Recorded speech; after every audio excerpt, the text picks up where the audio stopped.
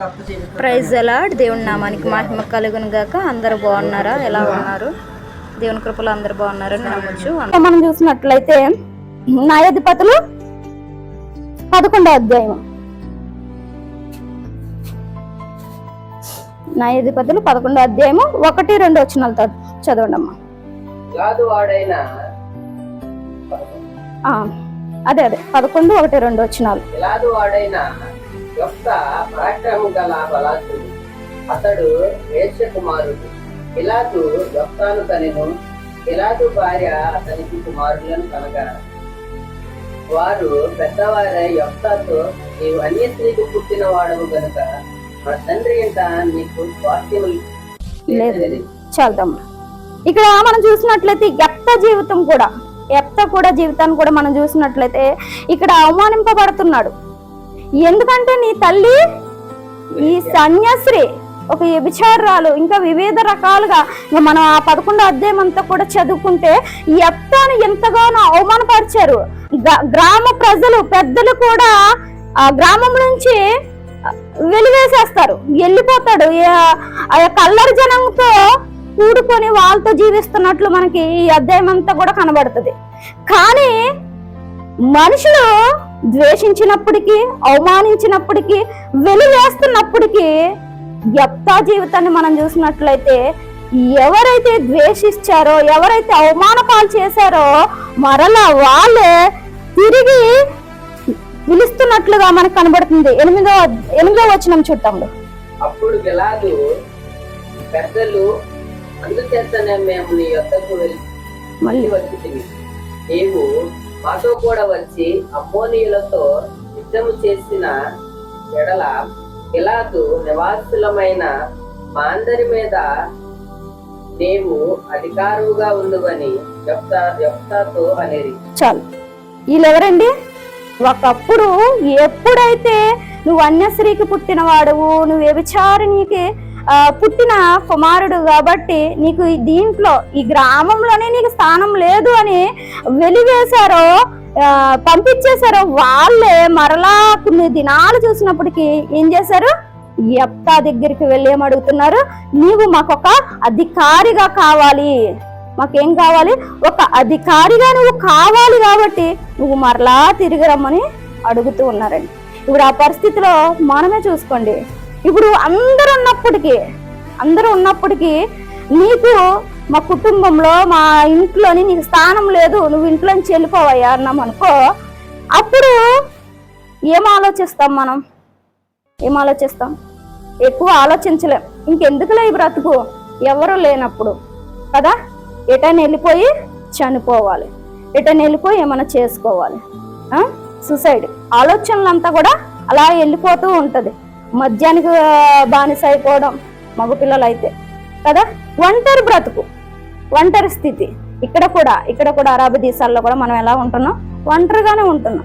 చాలా మట్టుకు బయట చెప్పుకోరు, కానీ చాలా నరకం అనుభవిస్తూ ఉంటారు. ఎందుకంటే మన చుట్టూ అందరూ ఉన్నప్పటికీ, మన బంధువులు ఎంతో మంది ఉన్నప్పటికీ మనం బ్రతుకుతున్న బ్రతుకేంటి? ఒంటరి బ్రతుకు. ఈ ఒంటరి బ్రతుకులో ఏం ఆలోచిస్తాం? దేవుని కొరకు బ్రతకాలని ఆలోచించాలి. ఎందుకంటే మన బ్రతుకు మనది కాదు కదా, మన జీవితము మనది కాదు. ఎవరిది?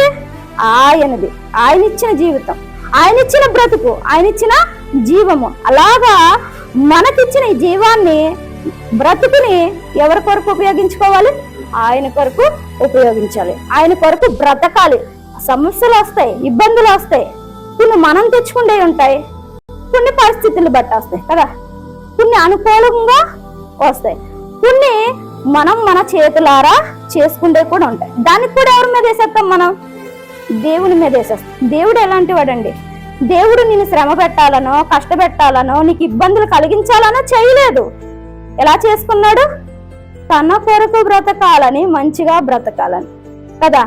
ఇక్కడ లేయా చూసినా, యెఫ్తా గారిని చూసినా ఎలా ఉంది వాళ్ళ జీవితం? ఏమాత్రం కూడా సంతోషం లేదు వాళ్ళకి. ఏంటి, మగపిల్లలు బయటికి తరిమేసామనుకో వాళ్ళు ఎలా బ్రతుకుతారో మనకు తెలుసు. ఇప్పుడు చూస్తే వివిధ రకాల మద్యపానానికి, మత్తు పదార్థాలకి బానిస అయిపోయి, ఎందుకంటే ఆదరించే వాళ్ళు లేరు, ఎవరు లేరు తోడు, నేను ఒక్కనే కాబట్టి నా ఇష్టం, ఎలా బ్రతికినా అడిగే వాళ్ళు లేరు. కాబట్టి ఎంజాయ్ కదా, ఎంజాయ్ చేసే వాళ్ళు ఉన్నారు. అది ఎంజాయ్ కాదండి. ఏమిటవుతుంది, మన జీవితాల్ని మనమే పాడు చేసుకుంటున్నాం, నాశనం చేసుకుంటున్నాం. ఎంజాయ్ సంతోషం అని నెతుకుతూ ఎక్కడ నెతకాలి? మనకు సంతోషం ఎక్కడి నుంచి వస్తుందంటే వాక్యము ద్వారా రావాలి, దేవుని మాట ద్వారా రావాలి. అది ఎప్పుడు కలుగుతుందంటే సత్యాన్ని తెలుసుకున్నప్పుడు కదండి. అలా తెలుసుకున్న వారే వెళ్ళండి. వీరు ఇప్పుడు యెఫ్త జీవితం చూస్తే అల్లరి జనాంగం అంటే ఏ విధంగా బతుకుంటాడు మనం చూడొచ్చు కదా. అల్లరి జనాంగంతో ఏ విధంగా తను ప్రయాణం చేసి ఉంటాడో మనం ఆలోచించుకుంటే ఒకసారి మనకు అర్థమవుతూ ఉంటది కదా. కానీ అలాంటి పరిస్థితిలో దేవుడు మరలా పిలిపించుకున్నాడంటే దానికి కారణం ఏంటి? అలాంటి స్థితిలో కూడా ఆయన కూడా దేవునికి మొరపెట్టాడు. ఊరికనే పిలవడు కదండి. ఇప్పుడు మనల్ని ఒకళ్ళు పిలిచారంటే మన క్రియను చూస్తే పిలుస్తారు కదా.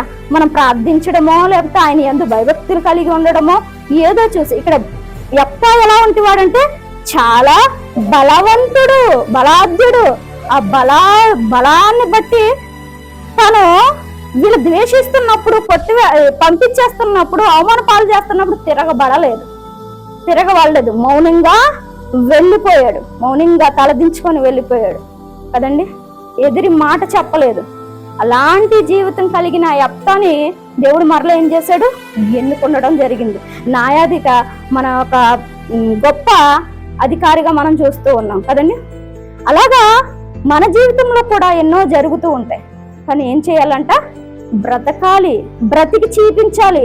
ఏమో ఈ సమస్యను బట్టి దేవుడు ఏ గొప్ప మేలు చేసి ఉన్నాడో, ఈ యొక్క ఇబ్బందులను బట్టి దేవుడు ఏ యొక్క మార్గము చూపిస్తున్నాడో అని మనం ఎదురు చూడాలి, అంతే కదా. కృంగిపోవడం కాదు.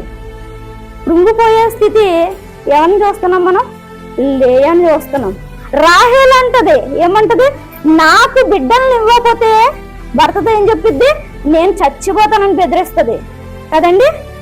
కానీ లేయా అలా అనలేదు. ఇక్కడ ఎవరికి ఇబ్బందులు ఉన్నాయి? ఎవరు ద్వేషింపబడుతున్నారు?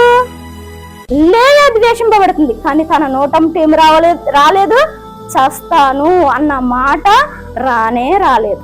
మనం ద్వేషింపబడుతున్నప్పుడు మీరు ద్వేషింపబడుతున్నప్పుడు ఎవరిని జ్ఞాపకం చేసుకోవాలి? యేసయ్యని జ్ఞాపకం చేసుకో. ఎందుకంటే ఆయన కూడా ఏం చేసి, ఆయన కూడా యేసుప్రభు వారు కదా, ఆయన దైవ కుమారుడు కదా, దేవుడు కదా అని ఏం పువ్వుల్లో పెట్టి పెంచారా? అలాగా ఆయన్ని చూసుకున్నారు ఎవరన్నానే? అసలు గౌరవమే ఇవ్వలేదు ఆయన్ని కదండి. గౌరవం ఇచ్చారా ఎవరన్నానే? అసలు ఇంత బయట కూడా మనకు కూడా రావు. అన్ని అవమానాలు ఆయన్ని అవమానించినట్లుగా మనకు కనబడుతూ ఉంటది. అందుకనే చూడండి, యోహాను సువార్తలో యేసుప్రభు వారి గురించి ఒక మాట ఉంటది. 15వ అధ్యాయము 18వ వచనం. యోహాను సువార్త. లోకము నిన్ను ద్వేషించిన ఎడల నీకంటే ముందుగా నన్ను ద్వేషించనని మీరు ఎరుగుతుంది. చాలు. ఇక్కడ ఏమంటున్నారు? యేసుప్రభు వారు మిమ్మల్నే కాదు, ఈ లోకము నన్ను కూడా ద్వేషించింది, నన్ను కూడా చేదరించుకుంది, నన్ను కూడా అవమాన పాలు చేసింది. ఒకవేళ మిమ్మల్ని కూడా, మీ పరిస్థితి కూడా అదే విధంగా ఉంటే నన్ను ఒకసారి జ్ఞాపకం చేసుకోండి. మీకంటే ముందుగా అంటున్నాడు. ఏంటంట? మీకంటే ముందుగా నేను ద్వేషింపబడ్డాను, అది మర్చిపోవద్దు. ఏంటంటే మీకంటే ముందుగా నేను ద్వేషింపబడ్డాను కాబట్టి ఆ విషయాన్ని మీరు జ్ఞాపకం చేసుకోండి అంటున్నాడు కదండి. మరి ఎంతమంది జ్ఞాపకం చేసుకుంటున్నారు? ఈరోజు ఇక్కడ మనం ఇలా మాట్లాడుకుంటూ ఉంటున్నాం కదండి. ఇలా మాట్లాడుకుంటూ ఉన్నామంటే ఎవరి దయ, ఎవరి కృప? దేవుని కృప, దేవుని దయ. ఆయన ఈ జీవితాన్ని ఇవ్వబట్టి మనం బ్రతికి ఉన్నాం కదండి. కానీ ఈ జీవితాన్ని ఎవరికి మాదిరిగా చూపించాలంట? యేసు ప్రభు వారికి మాదిరిగా చూపించాలంట. శ్రమల్లోని, ఇబ్బందుల్లోని, నీకు వచ్చిన ప్రతి ఒక్క కష్టమైన పరిస్థితుల్లో కూడా నన్ను జ్ఞాపకం చేసుకో అంటున్నాడు ఆయన. ఎందుకు ఆయన జ్ఞాపకం చేసుకోవాలి? ఆయన సొంత కుటుంబం కొరకు, సొంత వారి కొరకు, తల్లిదండ్రుల కొరకు, లేకపోతే భార్య బిడ్డల కొరకు ద్వేషింపబడలేదు. ఎవరి నిమిత్తం ద్వేషింపబడ్డాడు? మనందరి నిమిత్తము ద్వేషింపబడ్డాడు ఆయన. ఒకసారి నా పరిస్థితి జ్ఞాపకం చేసుకోండి. మీకేదో అవమానాలు వస్తున్నాయని, మీకేదో శ్రమలు వస్తున్నాయని, ఇబ్బందులు వస్తున్నాయని, నిన్ను ద్వేషింపబడుతున్నారని, నిన్ను అవమాన పాలు చేస్తున్నారని ఒకవేళ కృంగిపోతూ ఉన్నావేమో, నీ బ్రతుకు జీవితంలో కన్నీరే జీవితాంత కాలము పరిష్కారం అని అనుదినము ఆ యొక్క వేదనలో నీవు ఉంటున్నావేమో. కానీ అది కాదు నీ బ్రతుకు. ఇది కొంతకాలం మట్టికే. నీకు ఆ సమస్య గుర్తు, ఆ యొక్క ఏ విషయంలో అయితే బాధపడుతూ ఉన్నావో అప్పుడు ఏం చేయాలంట? ఆయన్ని యేసు ప్రభు అని మనం జ్ఞాపకం చేసుకోవాలి. వీళ్ళే కదండి బైబిల్ గ్రంథంలో ఎంతో మంది ఎందుకు బ్రతికారో తెలుసా? ఎన్ని సమస్యలు వచ్చినా, ఇరుకులు వచ్చినా, ఎంతగానో కృంగుదల, ఇంత బయట అవమానాలు జరిగినా ఎందుకు బ్రతికి చూపించారంటే మరణమే పరిష్కారము కాదు. జీవితంలో బ్రతకాలంటే మరణము పరిష్కారము కాదు. బ్రతికి చూపించి దేవుని రాజ్యానికి వారసములు కావాలంటే మరణము మన దగ్గరికి వచ్చేదాకా బ్రతికి ఆయన కొరకు జీవించేవారుగా ఉండాలి. అట్టి వారిగా ఉండాలని కోరుకుంటూ ఈ కొద్ది మాటలను ముగిస్తున్నాం. అందరికీ వందనం.